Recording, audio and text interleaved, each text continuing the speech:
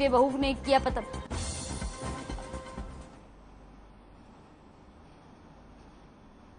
नमस्कार, आप देख रहे हैं हर खबर। मैं हूं आपके साथ जागृति। रुक करते हैं खबरों का। दिल्ली में हरियाणा कांग्रेस की बैठक हुई, जिसमें प्रदेश अध्यक्ष उदय भान, प्रदेश अध्यक्ष भूपेंद्र सिंह हुड्डा और प्रदेश प्रभारी विवेक बंसल ने भी शिरकत की। बैठक में निकाय चुनाव को लेकर बैठक हुई। हालांकि अभी सिंबल पर चुनाव लड़ने को लेकर सस्पेंस लगातार बना हुआ है। तो दिल्ली में निकाय चुनाव को लेकर कांग्रेस का मंथन हुआ, जहां पर निकाय चुनाव सिंबल पर लड़ने को लेकर अभी सस्पेंस बरकरार है। तो वहीं आपको बता दें कि इस बैठक में कांग्रेस प्रदेश अध्यक्ष उदय भान और भूपेंद्र सिंह हुड्डा समेत कई अन्य नेता भी वहां पर मौजूद रहे और निकाय चुनाव को लेकर जहां पर मंथन किया गया। तो जल्द ही प्रदेश में निकाय चुनाव होने वाले, ऐसे में सभी पार्टियां तैयारियों में जुट चुकी है। इसी को लेकर कांग्रेस ने भी मंथन किया है और अभी सस्पेंस बरकरार है। और विचार से जो मंथन हुआ है उसके एक छोटी कमेटी बना करके अभी डिसीजन अभी आपको बहुत जल्दी 2-3 दिन में 4 दिन में जो लिस्ट जो एक अटकी पड़ी थी वो पास हो 30 से पहले हो जाएगा। आगामी निकाय चुनाव को लेकर ये बैठक हमने आहूत की थी और जिसमें वरिष्ठ हमारे समस्त संगठन के पदाधिकारीगण थे और विधायकगण थे। सबने अपनी अपनी व्यक्तिगत राय की है, जिसका हमने संज्ञान लिया है और उसके अनुरूप आज या कल में एक 1-2 दिन में हम लोग फैसला कर लेंगे कि आगे की हमारी क्या रणनीति रहेगी निकाय चुनाव के संदर्भ में और उसको लेकर हम किस तरीके से आगे। दोबारा मीटिंग होगी, हम तय करेंगे कि सबके विचार सुन लिए गए हैं, फैसला करेंगे। हम कॉर्पोरेशन को लड़ाई थे, पानीपत में बीजेपी वही थी, जब कॉर्पोरेशन चुनाव हार गई। आय से अधिक संपत्ति मामले में दोषी करार दिए जा चुके हरियाणा के पूर्व मुख्यमंत्री ओम प्रकाश चौटाला की सजा पर राउत रेवेन्यू कोर्ट में बहस पूरी हो गई। ओम चौटाला के खिलाफ सजा पर दोनों पक्षों की दलीलें सुनने के बाद कोर्ट ने फैसला सुरक्षित रख लिया। राउत रेवेन्यू कोर्ट अब शुक्रवार को दोपहर 2 बजे अपना फैसला सुनाएगा।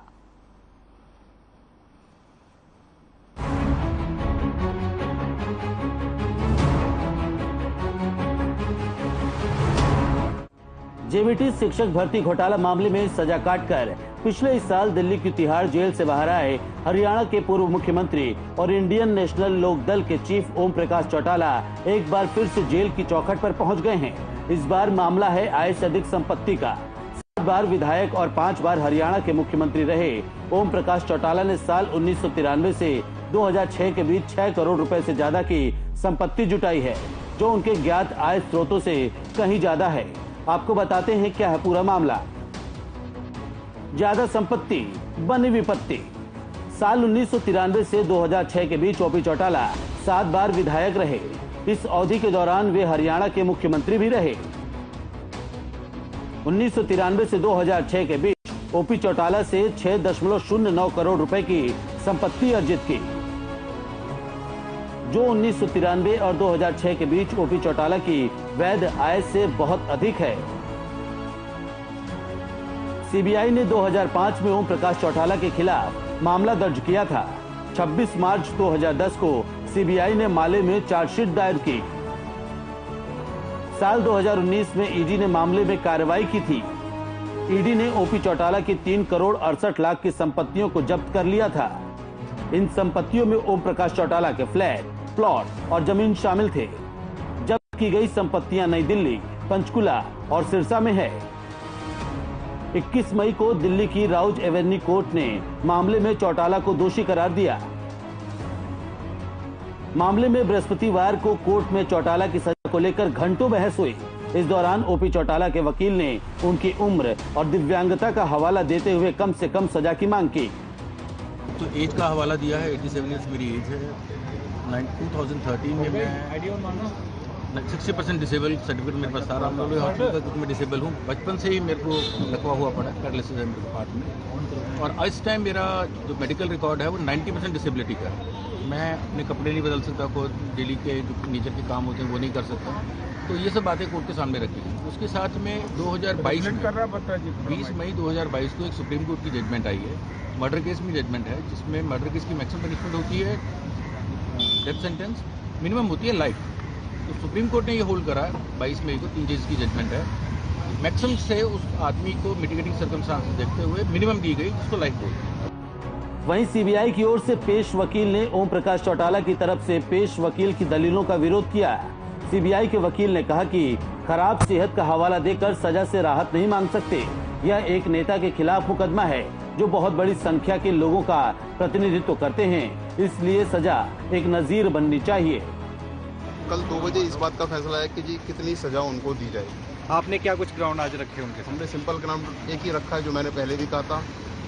सोसाइटी में एक मैसेज जाना चाहिए कि बड़ा आदमी या छोटा आदमी, कानून के लिए सब एक ही निगाह में सब एक। और शुक्रवार की दोपहर 2 बजे के बाद कोर्ट ओपी चौटाला को सजा सुना सकती है। ऐसे में अब देखना यह है कि कोर्ट ओपी चौटाला को कितने दिनों के लिए जेल के अंदर जाने का हुक्म सुनाती है। कोर्ट सीबीआई के वकील की दलीलों को मानती है या फिर चौटाला के वकील की मनुहार। लेकिन इतना तो तय है कि सजा दिल्ली में सुनाई जाएगी और भूचाल हरियाणा की सियासत में आएगा। ब्यूरो रिपोर्ट, हर खबर। हरियाणा के गृह मंत्री अनिल विज का काफिला एकाएक अमृतसर दिल्ली नेशनल हाईवे पर रुक गया और विज खुद गाड़ी से उतरकर जीटी रोड के बीचों बीच खड़े हो गए। गृह मंत्री अनिल विज ने खुद जीटी रोड पर गलत लेन में चल रहे ट्रकों को हाथ देकर रोका और फिर ट्रैफिक पुलिस के हवाले करके उनका चालान करने के निर्देश दिए। तो अंबाला हरियाणा में हाईवे पर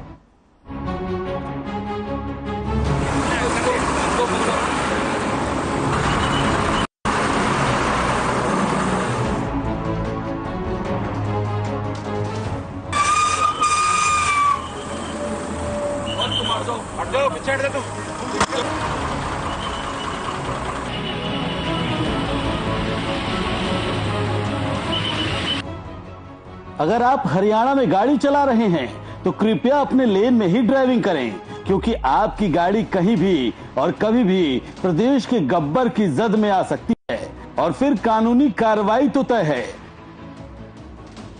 प्रदेश में ट्रैफिक रूल की सख्ती से पालना कराने के लिए प्रदेश के गृह मंत्री अनिल विज अब खुद ही सड़कों पर उतरने लगे हैं।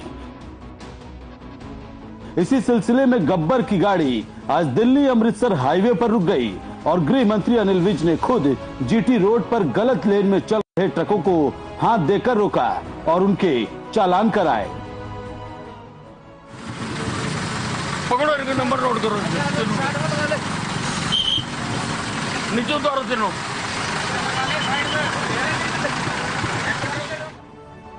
अब जब प्रदेश के गृह मंत्री खुद ट्रैफिक की व्यवस्था संभाल रहे हो तो प्रशासनिक अमले का तो वहां पर होना लाजमी है। देखा जाए तो अधिकतर जो रोड एक्सीडेंट्स के अंदर कैजुअलिटीज होती हैं वो कहीं ना कहीं उसके अंदर जो ट्रैफिक के नियम है उनकी पालना नहीं की जाती, और जिसके अंदर सबसे अधिकतर जो कारण है वो है लेन ड्राइविंग का डिसिप्लिन फॉलो ना करना। और हमारे जो एचएम साहब हैं उन्होंने काफ़ी टाइम से मतलब उनके मार्गदर्शन के अंदर अम्बाला पुलिस द्वारा पहले ही एक अभियान चल रहा है, जिसके अंदर हम मैक्सिमम जितने भी हैवी व्हीकल्स, चाहे वो ट्रक्स हों, डंपर्स हों, कोई बसेस हों, जो लेन डिसिप्लिन को फॉलो नहीं करते और राइट मोस्ट लेन के अंदर चलते हैं, उनके रेगुलरली चालान कर रहे हैं। चिलचिलाती धूप में जब अनिल विज ने ट्रैफिक की कमान अपने हाथ में ली तो हाईवे पर वाहनों के पहिए अपने आप कंट्रोल में आने लगे और जो खुद से कंट्रोल में नहीं आए उन्हें प्रशासन ने कंट्रोल में कर लिया। इस दौरान अनिल विज ने बताया कि प्रदेश में हर साल लगभग 10,000 दुर्घटनाएं होती हैं, जिसमें 5,000 लोगों की दुर्घटना में मौत हो जाती है, जिसका कारण यातायात के नियमों की पालन न करना है। विज ने यह भी बताया कि सभी हाईवे पर ऑटोमेटिक स्पीड चेक करने वाले कैमरे लग रहे हैं, जिसमें अंबाला से दिल्ली तक 20 कैमरे लग चुके हैं। हरियाणा में प्रत्येक वर्ष लगभग 10,000 सड़क दुर्घटनाएं होती हैं, लगभग 5,000 लोगों की मृत्यु होती है रोड एक्सीडेंट, लगभग 9,000 लोग जख्मी होते हैं, और ये होता है यातायात के नियमों की पालना ना करने या ना करने। बृहस्पतिवार को तो अनिल विज का काफिला अंबाला में ट्रैफिक कंट्रोल करने के लिए रुका था, लेकिन इसके साथ ही प्रदेश के गृह मंत्री ने ऐलान कर दिया कि वो कभी भी कहीं भी ट्रैफिक की कमान अपने हाथ में ले सकते हैं, क्योंकि ट्रैफिक नियमों का पालन न करना लोगों की जिंदगी पर भारी पड़ रहा है। अनिल विज काफी मशहूर है अपनी कार्य प्रणाली के लिए, पूरे हरियाणा में घूमते हैं, तो ये जो ब्रेक्स आज यहाँ लगी है हरियाणा में कहीं भी लग सकती है? कहीं भी लग सकती है, किसी भी जिले में जा सकता हूँ, कहीं भी देख सकता हूँ। और मुझे उम्मीद है कि जो मेरी फोर्स है, जो मेरे अधिकारी हैं, वो भी जैसे मैं चिंता करता हूँ वो भी चिंता करें। प्रदेश के गृह मंत्री अनिल विज वैसे तो अपने काम को लेकर अक्सर चर्चा में ही रहते हैं और अपनी शक्ति के कारण ही अनिल विज को गब्बर का उपनाम भी मिला है, लेकिन अब देखने वाली बात यह होगी कि गृह मंत्री का सड़क पर उतरना ट्रैफिक व्यवस्था में कितना सुधार ला पाता है। हर खबर के लिए अंबाला से तरुण कपूर की रिपोर्ट। हरियाणा के कंप्यूटर लैब अटेंडेंट और शिक्षकों के पिछले लंबे समय से महिलाओं की मैटरनिटी लीव की मांग की जा रही है, जिसे हरियाणा सरकार ने मान लिया है। इस मांग में कंप्यूटर लैब अटेंडेंट शिक्षक को वर्ष में 12 कैजुअल लीव भी दी जाएंगी। इसका पत्र भी सरकार ने जारी कर दिया है। वहीं computer lab attendant welfare association ने इस मांग पर स्वीकृति के लिए हरियाणा के शिक्षा मंत्री कंवरपाल गुर्जर का धन्यवाद किया है।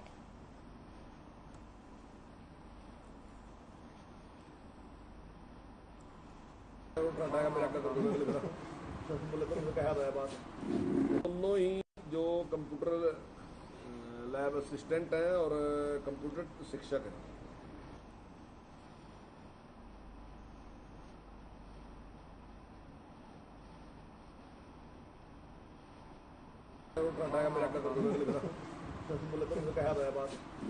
दोनों ही जो कंप्यूटर लैब असिस्टेंट हैं और कंप्यूटर शिक्षक हैं।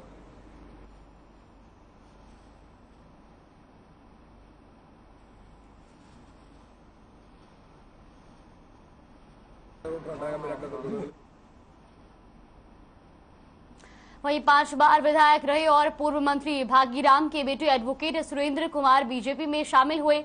पूर्व सहकारिता मंत्री मनीष ग्रोवर ने बीजेपी जिला कार्यालय में सुरेंद्र कुमार को पार्टी ज्वाइन करवाई।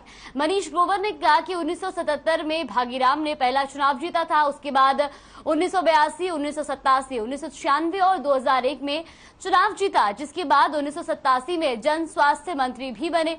उन्होंने कहा कि बीजेपी में शामिल हुए हर व्यक्ति को मान सम्मान मिला है। पार्टी परिवारवाद की राजनीति से परे है और पार्टी का एकमात्र ध्येय जन सेवा है। एडवोकेट सुरेंद्र के पार्टी में शामिल होने से पार्टी को मजबूती मिलेगी।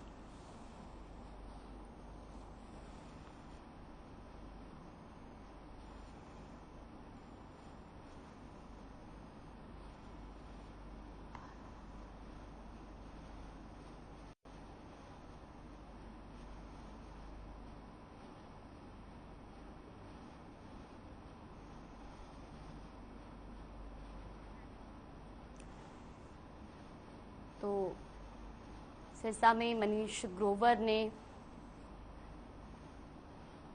पार्टी ज्वाइन करवाई। तो वहीं आपको बता दें कि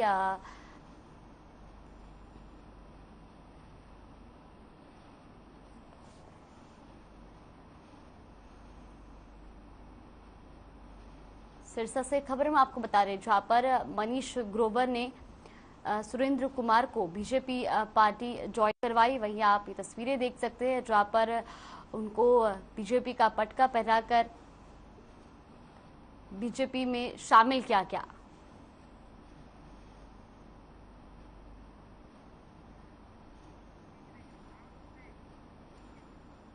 आम आदमी पार्टी के नेता अशोक तंवर आप नेता बलबीर सैनी के निवास स्थान पर पहुंचे। इस दौरान उन्होंने जानकारी देते हुए बताया कि 29 मई को कुरुक्षेत्र में आपकी एक ऐतिहासिक रैली होगी। इस रैली में आपके तमाम नेता और आप संयोजक मुख्यमंत्री अरविंद केजरीवाल शिरकत करेंगे। उन्होंने बताया कि 29 तारीख को हरियाणा में कांग्रेस, जेजेपी और बीजेपी ने आम आदमी पार्टी की रैली को देखते हुए अपनी रैली रखी है, लेकिन आपकी रैली पर इसका कुछ भी असर नहीं पड़ेगा। इस दौरान उन्होंने विरोधियों पर जमकर निशाना भी साधा। तो 29 मई को आम आदमी पार्टी की रैली होगी और जिसमें अशोक तंवर भी शामिल होंगे। तो वही आपको बता दें कि अरविंद केजरीवाल इस रैली में शिरकत करेंगे और साथ ही साथ आम आदमी पार्टी के बड़े नेता इस रैली में शामिल होंगे।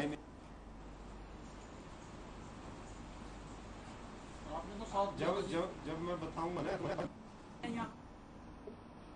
हरियाणा के मुख्य सचिव संजीव कौशल की अध्यक्षता में हरियाणा राज्य वन कैंपा प्राधिकरण की स्टीयरिंग कमेटी की 5वीं बैठक हुई। बैठक में उन्होंने कहा कि पर्यावरण संरक्षण के दृष्टिगत हरियाणा में वन क्षेत्र और ग्रीन कवर को बढ़ाने के लिए इस साल 2070 हेक्टेयर क्षेत्र में पौधारोपण किया जाएगा और 10 हाई टेक नर्सरियों की स्थापना भी की जाएगी। इसके अलावा 600 हेक्टेयर क्षेत्र में प्राकृतिक तरीके से वन संपदा के रिजनरेशन को भी बढ़ावा दिया जाएगा। उन्होंने कहा कि राज्य सरकार पर्यावरण संरक्षण की दिशा में निरंतर कार्य कर रही है।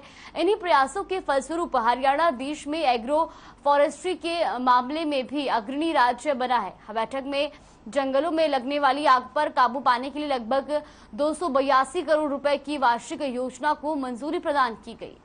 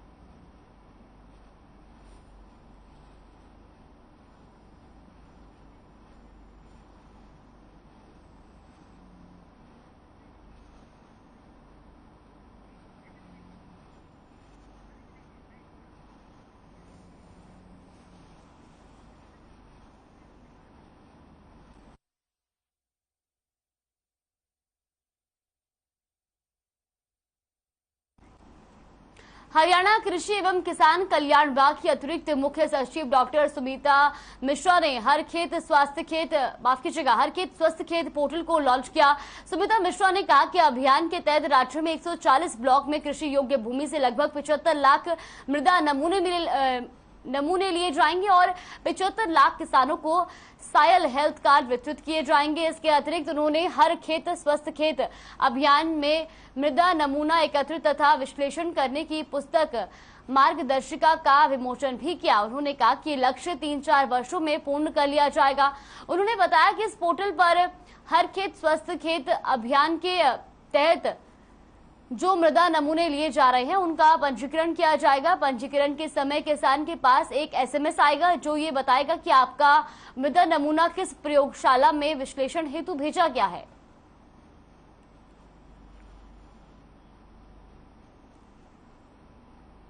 तो ACS सुमित्रा मिश्रा ने हर खेत स्वस्थ खेत पोर्टल लॉन्च किया और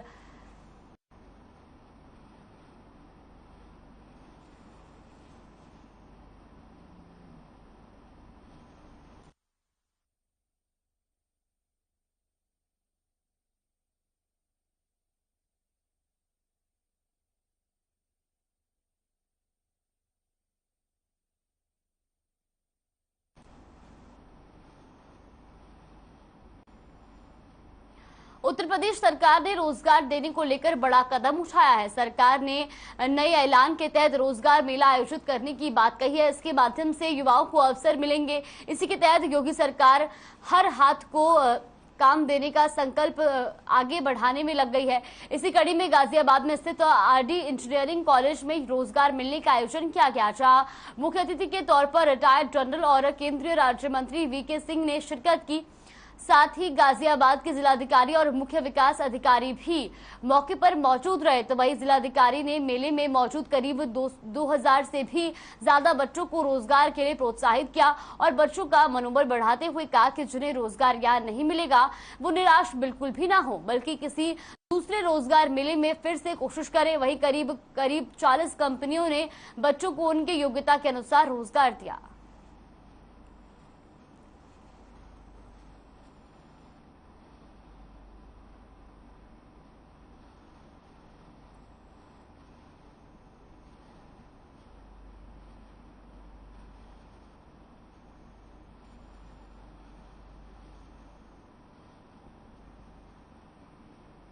लक्ष्मी, आज हम मौजूद हैं यहाँ पे आरडी इंजीनियरिंग कॉलेज में, जहाँ पर रोजगार मेले का आयोजन किया गया है। यहाँ पर करीब 38 से 40 कंपनियां यहाँ पर मौजूद हैं और आज लोगों को रोजगार, करीब 2000 बच्चों को यहाँ पर रोजगार दिया जाएगा। ये मुख्यमंत्री आदित्यनाथ ने जो ये संकल्प लिया है हर हाथ रोजगार का, वो यहाँ पर सब उनका जो ये संकल्प है उसको लेकर के आगे बढ़ते हुए रोजगार मेले का आयोजन किया गया और यहाँ पे काफी बच्चे आए, काफी लोग खुश भी हुए। जी, क्या नाम है आपका? मेरा नाम सुमित कुमार है और मैं यहाँ पर रोजगार के लिए आया था, लेकिन मैंने 2 कंपनियों में इंटरव्यू दिया, लेकिन प्राइवेट कंपनीज में बोल देते हैं कि हैंडीकैप के लिए वैकेंसी नहीं है। और मैं मुख्यमंत्री जी से कहना चाहूँगा कि सर कम से कम हैंडीकैप के लिए इतना तो करिए कि सरकारी से अलग अगर प्राइवेट में देना चाहे तो दे सके। मैम 4 में किया था, 2 में इंटरव्यू नीचे हो चुका, 2 ऊपर है, उनमें से 1 आई नहीं है। 1 में बोल रहे हैं कि अभी भीड़ है तो बाद में टाइम लगेगा तो नीचे आएंगे, नहीं तो आप नीचे देख लीजिए और किसी कंपनी में, ऐसा बोल दिया। विकास कुमार। हाँ जी, कंपनी एक माइडलैंड है और एक कंपनी और है टेक्निकल है। और अपनी उसके ऊपर रिज्यूम के ऊपर डिपेंड करता है हमारी जो भी और वो सिलेक्शन है या नहीं है। पार्ट टाइम ही चाहिए, एक साथ स्टडी भी चलता रहेगा। अभी हम बीकॉम कर रहे हैं। मेरा नाम रितेश चौहान है और मैं दिल्ली से आया हूँ और मुझे अच्छा लगा कि मैं इस जॉब में मतलब पार्टिसिपेट किया मैंने, और यहाँ पे काफ़ी सारी कंपनी आई हुई है। कम से कम हम कैरियर को स्टार्ट कर सकते हैं अपना इसके थ्रू। जो भी मतलब कम से कम जितनी पढ़ाई लिखी है आपकी 8वीं है, 10वीं है, 12वीं BA जो भी आपकी पढ़ाई है उसके अनुसार यहाँ पे कोई ना कोई आपको जॉब मिल जाएगी। अगर मैं तो बीटेक कर चुका हूँ तो कोई ना कोई मतलब कंपनी आप सिलेक्ट कर सकते हो अपने हिसाब से, जहाँ आपकी सैलरी मतलब आपको सुटेबल लग रही है, या फिर आपके 2-3 में दिया है अभी तक, हो गया जी, हो गया मैडम। जितेंद्र पाल। तो आप यहाँ पर इंटरव्यू दिया है मैडम 2 कंपनी में दिया है। तो पार्ट टाइम के लिए आप सोच रहे हो या फिर फुल टाइम के लिए? फुल टाइम के लिए। तो सिलेक्शन हुआ आपका? सिलेक्शन हो गया मैडम, मैन्युफैक्चरिंग कंपनी में। अच्छा, तो खुश हो आप इससे? मैडम सैलरी पैकेज कम है लेकिन एडजस्ट तो करना पड़ेगा। तो आपने देखा यहाँ पे हम बच्चों से बातचीत किए कि किस तरीके से रोजगार मेले का उन्हें फायदा मिल रहा है। कई बच्चों को यहाँ पे ऑफर लेटर भी दे दिया गया है। फिलहाल के लिए बस इतना ही। आप देख रहे हैं हर खबर, कैमरामैन गीतम के साथ मैं हूँ लक्ष्मी।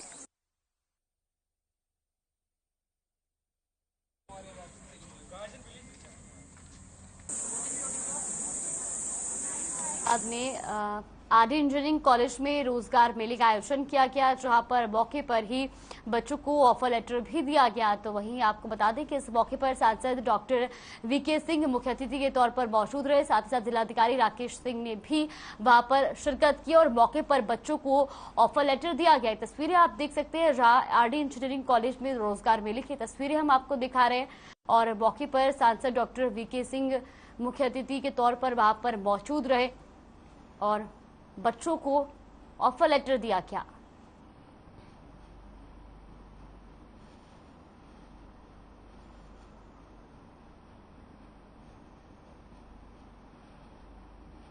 साथ ही साथ उन्होंने ये भी कहा कि जिन बच्चों को इस बार मौका नहीं मिला वो अगली बार अन्य किसी रोजगार मेले में जरूर भाग ले और वहां पर कोशिश जरूर करें।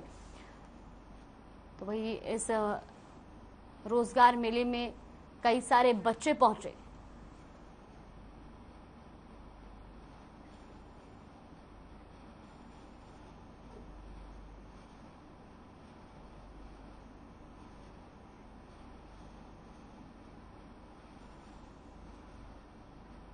खबर उत्तराखंड के लक्सर से है, जहां 22 साल की एक छात्रा के अपहरण का मामला सामने आया है। दरअसल रोजाना की तरह ही छात्रा कॉलेज से घर के लिए निकली थी, लेकिन जब वो शाम तक घर नहीं आई तो परिजनों ने उससे फोन किया। फोन पर डॉक्टर ने बताया कि उसका इलाज चल रहा है और छात्रा बेहोशी की हालत में है। वहीं कोतवाली में तैनात एसआई प्रेम प्रकाश शाह ने बताया कि छात्रा के परिजनों की तहरीर पर आरोपियों के खिलाफ मुकदमा दर्ज कर पुलिस ने मामले की जांच शुरू कर दी है। दिनांक 24/5/2021 को श्री वीर सिंह निवासी लक्सरी थाने पर आए, जिनके द्वारा बताया गया कि मेरी लड़की को कुछ लोगों द्वारा अपहरण कर जहरीला पदार्थ खिलाकर अपहरण किया है, जिस संबंध में थाने पर मुकदमा अपराध संख्या 406/22 धारा 365